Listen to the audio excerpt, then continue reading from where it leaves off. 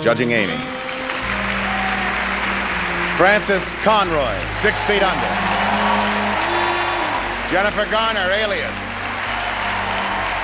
Rachel Griffiths, 6 feet under. Allison Janney, The West Wing.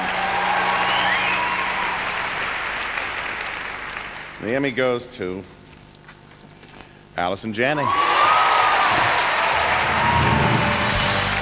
This is Allison Janney's third consecutive win in this category for her portrayal of Press Secretary C.J. Craig. The Chickless, West Wing's Martin Sheen, or 24's Kiefer Sutherland.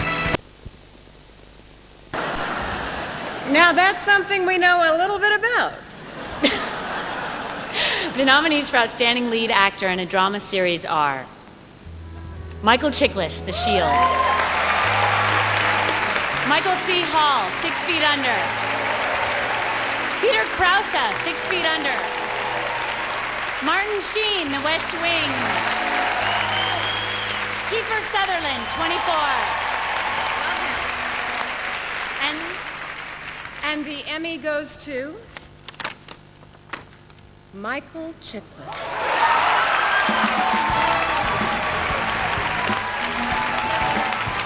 This is Michael Chiklis' first Emmy nomination and first win. He's a graduate of Boston University, found his acting roots at a young age.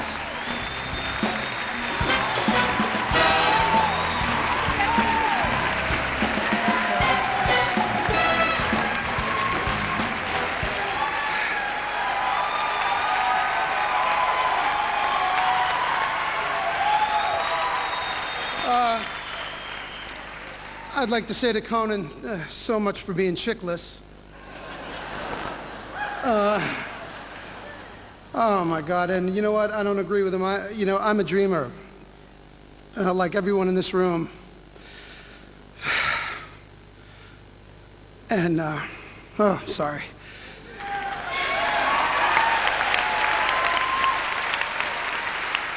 So we all have a little place inside of all of us that we secretly allow ourselves to dream of a moment like this. And it doesn't happen without a lot of people to help you along the way, so I'm going to get to that right away. I'm so sorry. I'd like to thank Peter Chernin and the folks at Fox Studios and Sony Pictures Television and my... The four networks did something else that stands out. On September 21st, they all simultaneously broadcast a special program called America, a Tribute to Heroes. The program raised a lot of money for the victims' families. It made them feel embraced and cared for. And it raised a lot of money for the survivors of September 11. And it brought the United States closer together. As a result of that unprecedented effort, the Television Academy has determined to present the Governor's Award, which recognizes extraordinary achievement to the four networks, ABC, CBS, NBC, and Fox. Thank you on behalf of a very grateful America.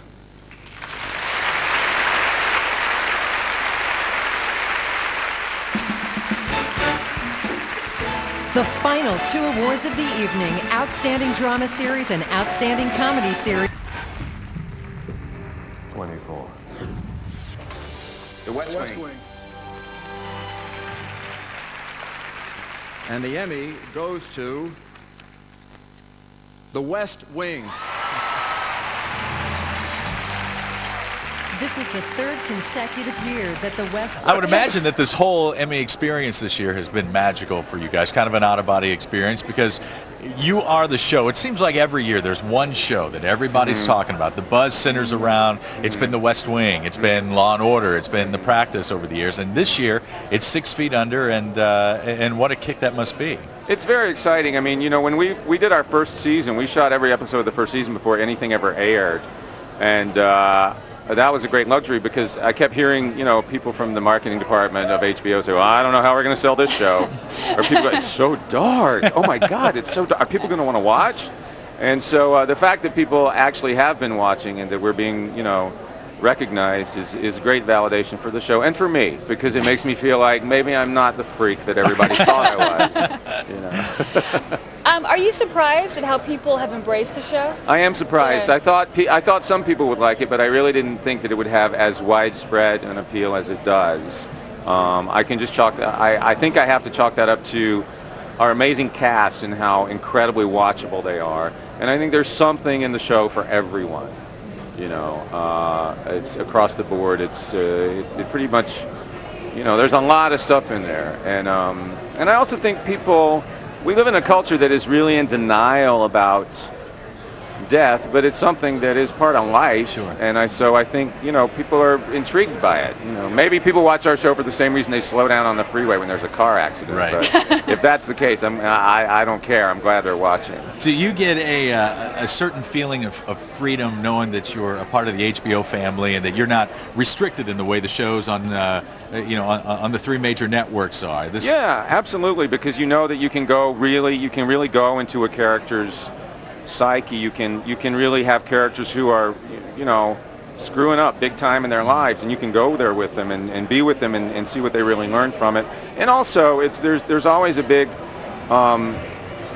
one of the things about being on HBO is no matter what we do on our show, something worse has already happened on Oz. Right. You know? And so I've never felt like, oh, we can't go there. Right. So does HBO ever call you and say, look, Alan, we're having a problem with in Act 3 here. Can we pull that back a little bit? Do they ever tighten the reins on you a little bit or no? I have never gotten a note from HBO saying dial it back. You gotta love that. If anything, I've gotten a note saying, can you amp it up a little bit more? I got that in the pilot, and I sort of went, thank you, God. Wow. Yeah. You know, I've found my home.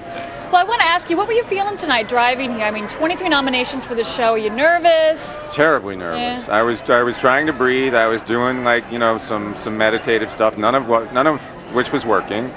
I was regretting that I didn't take that Xanax that I had at home. And I was just trying to psych myself into not being nervous, and of course it didn't work at all. American Idol.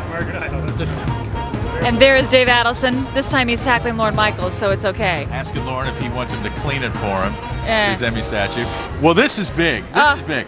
Ray Romano picking up your first Emmy. And first, you going to let Patricia Heaton mess your hair up like that before you go up on stage? I think there was something behind that. Like, you know, if I can't win, I don't want you looking good. Inappropriate. Yeah. Nah, she's allowed to do that. She's the reason I got this. That's great. Now By the way, this might work. There you go. That looks all right, now I'm free. I think it looks kind of dirty. Now I can be Italian and move. Now, you thought you would never win this. No, I didn't think that. I just thought, I'm a stand-up comedian. You know, I worked 12 years in a stand-up tour. The show came. I'm happy. You know, they surrounded me with great actors. I don't need to win. I'm here. I know it's a cliche, but I really don't need to win. Not only that, but comedy comes from pain and suffering. So too much good, no good comedy. So the more you lose, the better the show. So it's a lose-lose situation. But don't you think the show kind of set the pace pretty early on tonight? I mean, first Brad, then Doris, and everything was heading in your direction. I was late running down the aisle. Right. To get there for Brad. Right. But that was great for Brad.